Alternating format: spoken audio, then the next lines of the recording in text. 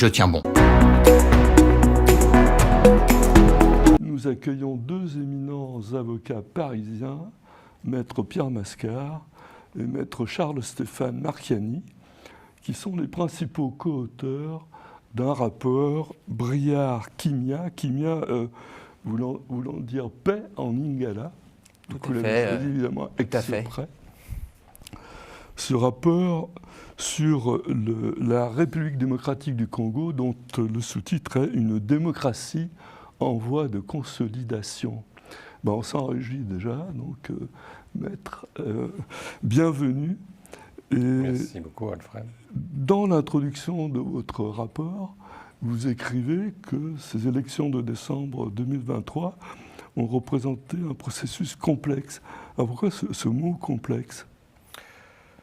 Complexe parce que la RDC a dû faire face à un certain nombre de défis pour organiser ces élections. Il y avait des défis sécuritaires à l'Est, puisqu'il y a la guerre, des défis technologiques, puisqu'ils ont utilisé les machines à voter, et il y avait des défis logistiques énormes. Donc il y a une complexité dans l'organisation même des élections. Alors, défis logistiques, on imagine volontiers, parce que c'est un très grand pays qui fait plus de 4 fois la France. Ben oui. L'ambassadeur de RDC a l'habitude de dire que la distance entre Kinshasa et Lubumbashi, c'est la distance entre Paris et Moscou. Ouais. Donc il faut imaginer organiser des élections entre Paris et Moscou. Enfin, oui. On dirait en termes de distance et de taille. Ben voilà. Enfin bon, on n'ira pas jusqu'à Moscou, nous, mais 100 millions d'habitants aussi. 100 millions d'habitants, donc, tout à fait. Effectivement. Donc c'est complexe. Alors, mais je crois qu'un point important, c'est la guerre. Alors un des éléments majeurs qui explique la complexité dans l'organisation de ces élections, c'est, il ne faut pas l'oublier, la situation de guerre qui existe actuellement en RDC. Une guerre qui dure depuis 1994 en fait, en réalité, dans la continuité des événements tragiques qui ont eu lieu au Rwanda avec le génocide. Et cette situation de guerre qui perdure, c'est une guerre chaude. C'est une guerre chaude, c'est-à-dire qu'aujourd'hui on a 7 millions de déplacés sur le territoire congolais, donc c'est déjà 7 millions d'électeurs qu'il est difficile de faire voter. Et on a une grande partie du territoire congolais qui est occupé, ça a été étayé, je crois, le 8 juillet dernier par un rapport de l'ONU, par l'armée rwandaise. Aujourd'hui, à titre de comparaison, on a une situation de guerre en Ukraine, pays également occupé. Il n'y a pas eu d'élection présidentielle. Celle-ci devait se tenir le 31 mars 2024, sous l'empire de la loi martiale en vigueur en Ukraine pour cause de guerre. Elles ont été reportées sine die. La RDC, malgré cette situation de guerre et ces millions de déplacés, a réussi à tenir ces élections présidentielles. Il faut le souligner parce que ce n'était pas facile. Très bien, maître. Mais en quoi, pardonnez-moi, donc j'ai oublié de dire que cet ouvrage, vous l'avez conduit à l'initiative des Rendez-vous d'Afrique, qui est votre cercle d'influence et de réflexion. Mais la question en amont, c'est en quoi vous, avocat, étiez légitime à conduire ce travail ? Il faut regarder les auteurs. Effectivement, nous ne sommes pas les seuls auteurs. C'est un collectif de 4 avocats et professeurs, puisqu'il y a Maître Briard, avocat au Conseil d'État à la Cour de cassation, dont la compétence est reconnue en matière de contentieux électoral, en France et à l'étranger. Vous avez le professeur Thierry Rambaud, qui est un professeur de droit constitutionnel, qui est un constitutionnaliste, qui est intervenu dans plusieurs pays au Moyen-Orient et en Afrique. Mon confrère Marchiani, ici présent, est associé, lui-même fait du contentieux électoral, et moi également.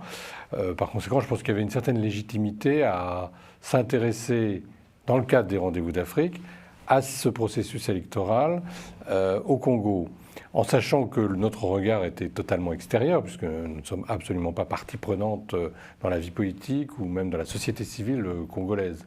L'objectif pour nous, c'était d'essayer de comparer ce cycle électoral avec les précédents. Et peut-être même d'apprendre quelque chose, parce que vous savez, la devise des Rendez-vous d'Afrique, c'est apprendre de l'Afrique et pas apprendre à l'Afrique.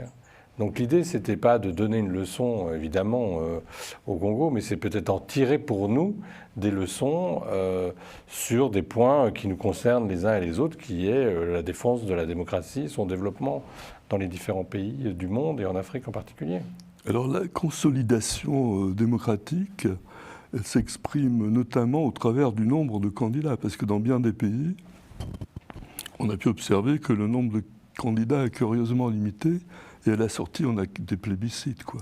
Alors, je crois que vous faites effectivement un petit peu allusion aux dernières élections rwandaises, au mois de juillet, effectivement. Quand on pense en RDC, on pense souvent, par contraste, au Rwanda. Ça a été le cas au Rwanda, en RDC, ça n'a pas été le cas. 26 candidats. Oui, voilà. 26 candidats, 2 femmes, et puis surtout, parmi ces 26 candidats, tous les acteurs politiques qui pèsent et qui voulaient se présenter étaient présents. Il n'y a pas eu de barrage organisé ou d'inéligibilité déclarée avant le début du scrutin. Tous les grands ténors qui étaient les challengers étaient présents. Alors, parmi les avancées, on va dire, démocratiques, il y a aussi le nombre de candidats aux législatives. Donc là, j'ai noté 25 429, c'est pareil, donc tout le monde pouvait se présenter, en fait. Par ailleurs, on sait qu'il y a 900 partis, alors là, oui. C'est peut-être un problème, mais pourquoi il y a autant de partis ? C'est un atout et c'est aussi un désavantage. Hein. Ouais. Alors il faut rappeler que sous Mobutu, il n'y avait qu'un seul parti et qu'aujourd'hui, effectivement, il y a 900 partis. Mais en même temps, ça provoque un émiettement, hein, effectivement, sur le plan politique. Et aujourd'hui, au Parlement, on a bien vu la difficulté. C'est-à-dire qu'il y a une coalition, mais le parti du président lui-même, sur 500 députés, n'en a que 70. Donc pour gouverner, il est obligé effectivement d'être dans une coalition plus large. Et donc, c'est certainement source de démocratie, hein, le nombre de partis, mais ça peut être aussi un obstacle à la démocratie, au cas particulier. Il faut dire aussi que donc, la RD Congo compte 200 langues, 250 ethnies.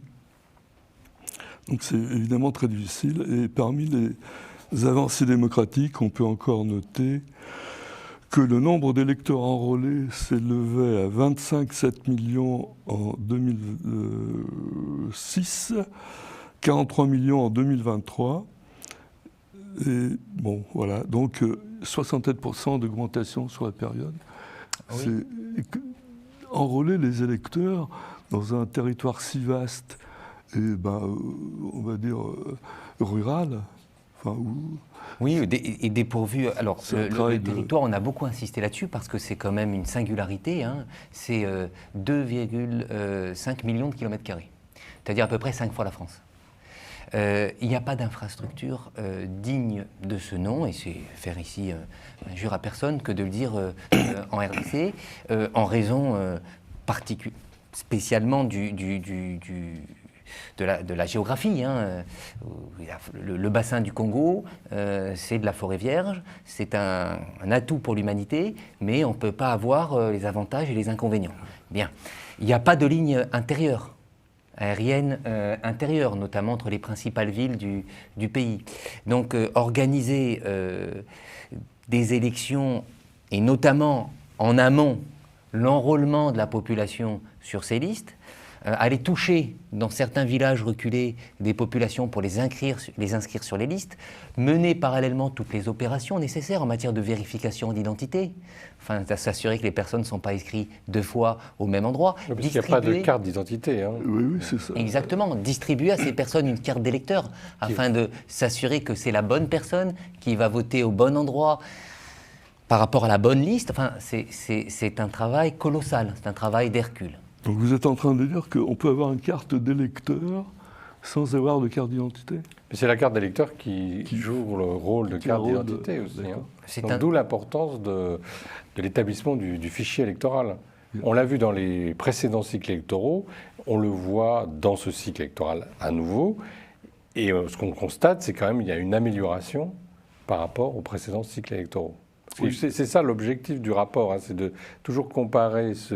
C'est pas dire que tout a été parfait, hein, loin de là. C'est de voir le verre à moitié plein, c'est-à-dire est-ce que par rapport aux précédents cycles électoraux, il y a une amélioration, et une amélioration sur le plan de la démocratie élective. Hein. Et pour nous, le constat, c'est que contrairement à ce que beaucoup ont voulu dire ou ont rapporté, il n'y a pas eu le chaos.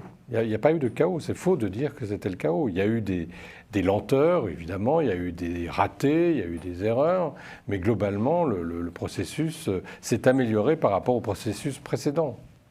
Oui, et puis il n'y a pas eu de réelle contestation. Et il n'y a pas eu de réelle contestation. Il y a très peu de contentieux, en réalité. Ouais. Et je dirais que sur la sincérité du scrutin n'a pas été remise en cause, et n'a pas été remise en cause notamment par la société civile et les églises chrétiennes qui jouent un rôle très important en matière de contrôle et d'observation des élections. Oui, parce que alors, j'ai noté la Cour constitutionnelle a réattribué 46 sièges sur les 477, donc c'est à peine autour de 10%. Donc, parce qu'il y a 50 000 bureaux de vote quand même. C'est énorme. Est-ce qu'on a retrouvé quelque part des paquets de 10 bulletins de vote scotchés Ça, c'est à l'Assemblée nationale française.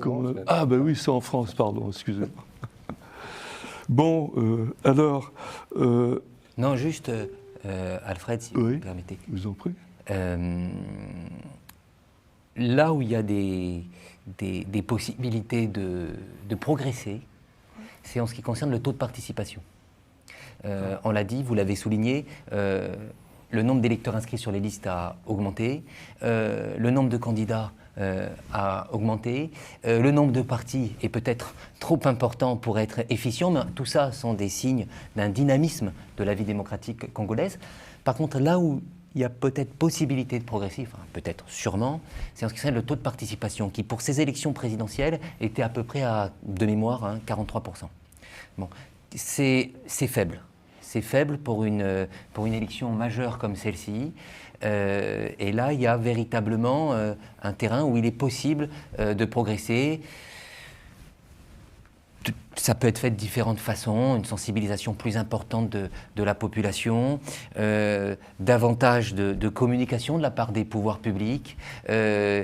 On rejoint encore une fois la question des infrastructures pour permettre aux gens d'accéder au bureau de vote et de voter effectivement. Voilà. Là, il y a véritablement un terrain qui peut aider à consolider encore davantage, peut-être à l'occasion du prochain cycle, on mesurera le taux de participation, la démocratie congolaise.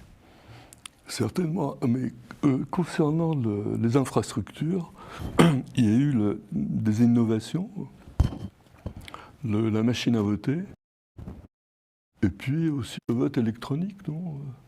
C'est la machine qui permet de voter à distance. C'est une machine à voter, qui en réalité est un outil. Quand on regarde les rapports d'observation, puis alors nous, il faut dire aussi qu'on est allé sur place, hein, on a rencontré un certain nombre d'acteurs politiques et de la société civile. Globalement, ces machines à voter ont plutôt bien fonctionné. Et la Cour constitutionnelle, d'ailleurs, si elle a invalidé certains élus, c'est certains qui ont commis des fraudes, qui avaient détourné des machines à voter pour les emmener chez eux, etc. Mais ça reste à la marge. Et c'est vrai que dans notre rapport, on fait des propositions pour qu'effectivement, il y ait un meilleur contrôle encore de l'utilisation de ces machines à voter. Très bien. Alors, les préconisations, notamment vous préconisez un scrutin présidentiel à un tour, et vous ajoutez qu'il s'impose qu'une solution pragmatique. Un tour, c'est bien en même temps... 900 partis, imaginons qu'il y ait 900 candidats, il y a un problème de recevabilité de la candidature, non ? Vous avez un seuil minimum ? Oui, de représentativité. Alors ça, c'est plus pour les élections législatives. Pour les présidentielles, il y avait 26 candidats, ce qui était déjà énorme. Hein. Bon, parce que, en fait, les candidats doivent avoir le soutien de plusieurs partis, si vous voulez. Hein. Donc, ce sont des coalitions. Hein. Et donc, vous aviez déjà 26 candidats, ce qui était énorme. Maintenant, le problème se pose plus pour les élections législatives. Je pense. Hein. Oui. pour les élections législatives, il y a, vous l'avez rappelé, 500 députés à l'Assemblée nationale, enfin 500 sièges à l'Assemblée nationale congolaise. Et ces 500 députés sont élus à la proportionnelle sur un certain nombre de circonscriptions par province. Pour éviter un éclatement entre un trop grand nombre de partis, il y a des règles qui ont été posées en amont et en aval. Ces règles sont un seuil de recevabilité, c'est-à-dire que pour chaque province, vous avez un nombre X de candidats qui doivent figurer sur la liste en fonction de la population, d'accord ?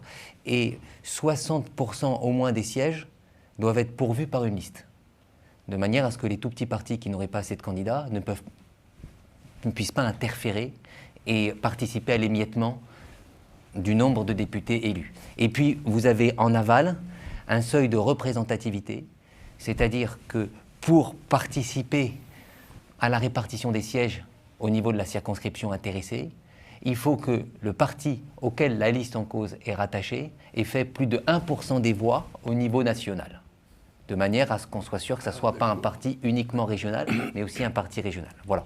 Ce sont les mécanismes qui ont été mis en place et qui ont très imparfaitement marché, puisque, comme Pierre le rappelait tout à l'heure, aujourd'hui, au Parlement, aucune majorité véritablement nette ne s'est distinguée. Sans coalition. Avec la coalition, il y a une majorité. Oui, mais sans coalition, et on a quand même tardé dans la mise en place d'un gouvernement. Actuellement, le pays est gouvernable. Ils ont réussi à trouver une coalition de gouvernement.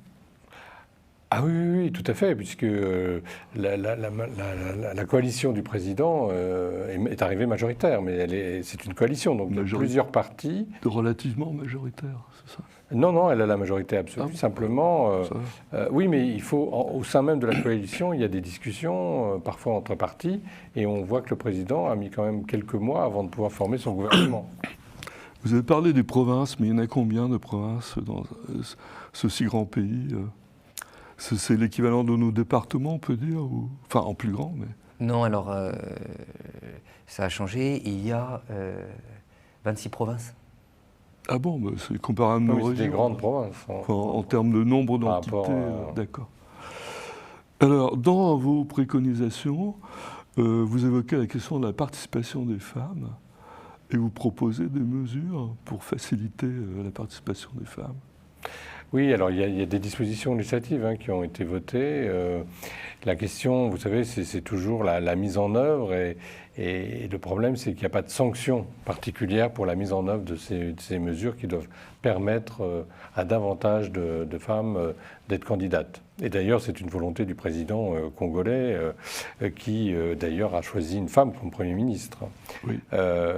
Et donc, certainement qu'elle améliorera ce texte et sans doute mettra des sanctions pécuniaires pour obliger les partis, si vous voulez, à avoir des candidats plus diversifiés, notamment des candidats femmes. Je voudrais juste un instant revenir sur la question d'un seul tour, si vous voulez, dont vous parlez, que ce soit pour les présidentielles que pour les législatives. Certains disent que c'est moins démocratique que 2 tours. C'est pas évident, si vous voulez. C'est pas évident quand on regarde la France. Au Royaume-Uni, c'est comme ça. Au Royaume-Uni, c'est comme ça. Quand on regarde en France, effectivement, il y a 2 tours, mais on voit bien les dernières élections législatives qui ont quand même donné lieu à débat sur l'aspect démocratique des désistements. Par conséquent, ça peut se discuter 1 tour ou 2 tours. Et il y a un problème au Congo, c'est que ça coûte très cher, les élections. C'est un pays quand même où il y a une grande pauvreté. Oui. Et donc, organiser 2 tours, ça coûte très cher.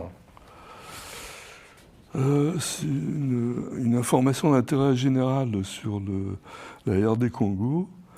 En 2003, elle a un PIB de 69 milliards de dollars.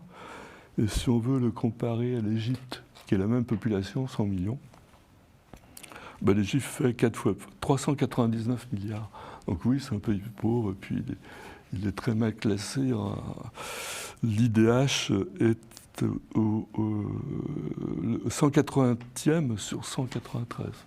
En même temps, il y a eu un certain nombre d'efforts qui ont été faits, notamment sur le plan économique et financier. Oui, au niveau budgétaire, il faut savoir qu'en 2018, le budget de la République démocratique du Congo, c'était à peu près 16 milliards de dollars. 16 milliards de dollars, pays, 100 millions d'habitants. Il y a eu des gros efforts qui ont été faits pendant le premier quinquennat de Tshisekedi, notamment sous la houlette du ministre des Finances, Nicolas Kazadi,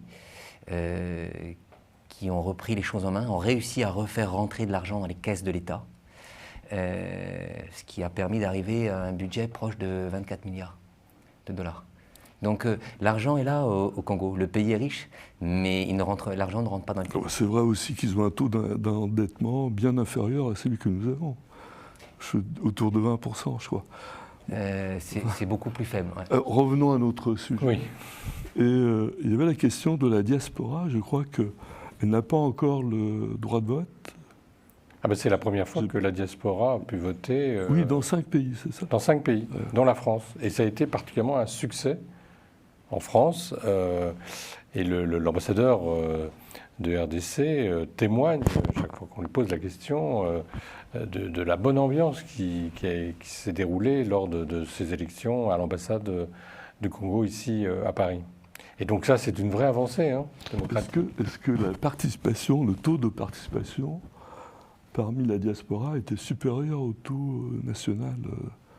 Alors nous n'avons pas ces informations statistiques. D'accord. Mais ce qui est certain, c'est que c'est une avancée majeure parce que la loi électorale avait été modifiée il y a quelques années pour permettre justement aux gens de la diaspora congolaise de voter. Parce qu'initialement, pour voter, il fallait être physiquement sur le territoire congolais. Tout Congolais pouvait voter, mais devait se trouver physiquement au Congo. La loi électorale avait été modifiée, mais elle n'avait jamais reçu corps. On n'avait jamais pratiquement mis en œuvre cette mesure. Et là aussi, c'est une première de cette élection. Ça a été fait. Alors, les esprits chagrins ont regretté que ça ne soit pas le cas au niveau de tous les consulats congolais dans le monde, mais que ça l'a été seulement dans 5 pays. Bon. Comme le disait Pierre tout à l'heure, c'est l'histoire du verre à moitié vide, à moitié plein. C'est un début, ça a été fait, cela n'avait jamais été. Il y a certains autres pays d'Afrique où la diaspora n'a pas le droit de vote. Exactement. Exactement. Donc, alors, il y avait aussi une question sur la double nationalité. Alors ça, c'est dont vous parlez dans votre rapport. Tout à fait, parce que c'est un sujet récurrent dans le débat public congolais. On en a d'ailleurs beaucoup parlé à l'occasion du superbe parcours effectué par les Léopards lors de la Coupe d'Afrique des Nations au mois de janvier, où beaucoup de joueurs en fait étaient de notoriété publique qu'ils avaient une double nationalité en raison des endroits où leur carrière avait pu les mener. En fait, c'est l'article 10 de la Constitution actuelle qui prévoit que la nationalité congolaise est une, mais surtout exclusive. Et la loi de 2004 sur la nationalité, prévoit que si un Congolais obtient une nationalité étrangère, il est ipso facto déchu de sa nationalité congolaise. Bien. Aujourd'hui, cette prohibition n'a plus vraiment, selon nous, de justification. Elle était initialement justifiée par le souci de préserver en fait l'unité du pays et d'éventuelles velléités sécessionnistes, notamment en raison des événements qui pouvaient avoir lieu à l'est du pays. Cette trame des événements de l'Est, c'est quand même fondamental dans la vie politique congolaise. Aujourd'hui, elle n'a plus vraiment d'intérêt et beaucoup de responsables congolais, beaucoup des représentants de la société civile avec qui on a pu s'entretenir estiment qu'il y a là peut-être une certaine hypocrisie et que l'article 10 de la Constitution pourrait sans doute être révisé, surtout que celui-ci ne fait l'objet d'aucun verrouillage constitutionnel. Donc c'est sûrement quelque chose qui sera mis dans le débat public prochainement. Et je crois d'ailleurs, Pierre, que le président Tshisekedi en a parlé. Ici, à Paris, lorsqu'il est venu, il a laissé entendre effectivement que ça pourrait évoluer sur cette question de la double nationalité. Une dernière petite question, parce que nous arrivons au terme de l'émission. Pardon. vous notez dans votre rapport la faible participation des partis politiques à certaines phases du processus électoral, bien sûr. Qu'est-ce que vous voulez dire, faible participation à quoi? On se pose la question de quoi ils veulent parler. Alors, ça rejoint en fait, on a évoqué ce point surtout par rapport à ce qu'on disait tout à l'heure, par rapport à la faible participation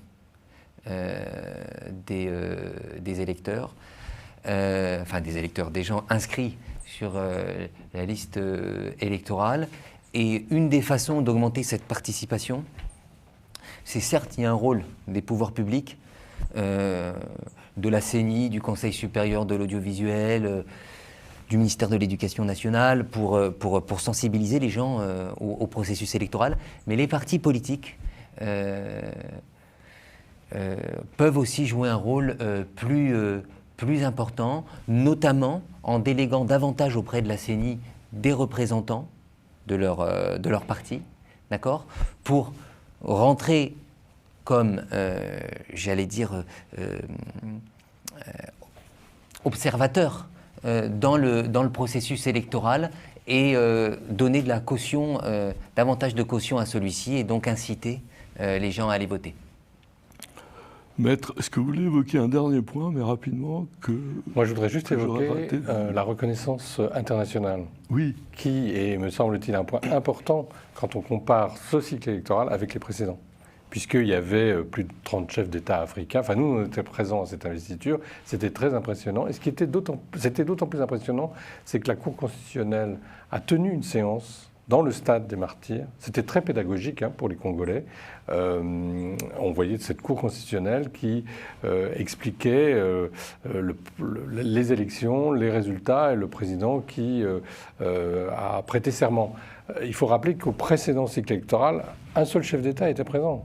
Oui, ça fait une différence. Donc c'est une très grosse différence. Et il y avait beaucoup de délégations étrangères. Et ça, c'est vraiment un signe que le Congo a une certaine vitalité démocratique. Et c'est d'autant plus important dans un continent où effectivement il y a un certain nombre de reculs de la démocratie.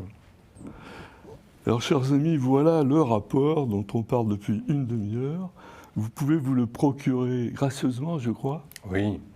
Sur le site le site des Rendez-vous d'Afrique qui est lerdva.com ou sur Amazon ou en nous écrivant à l'association 30 Cours Albert Ier. Je répète, lerdva.com. Voilà. Merci et à bientôt.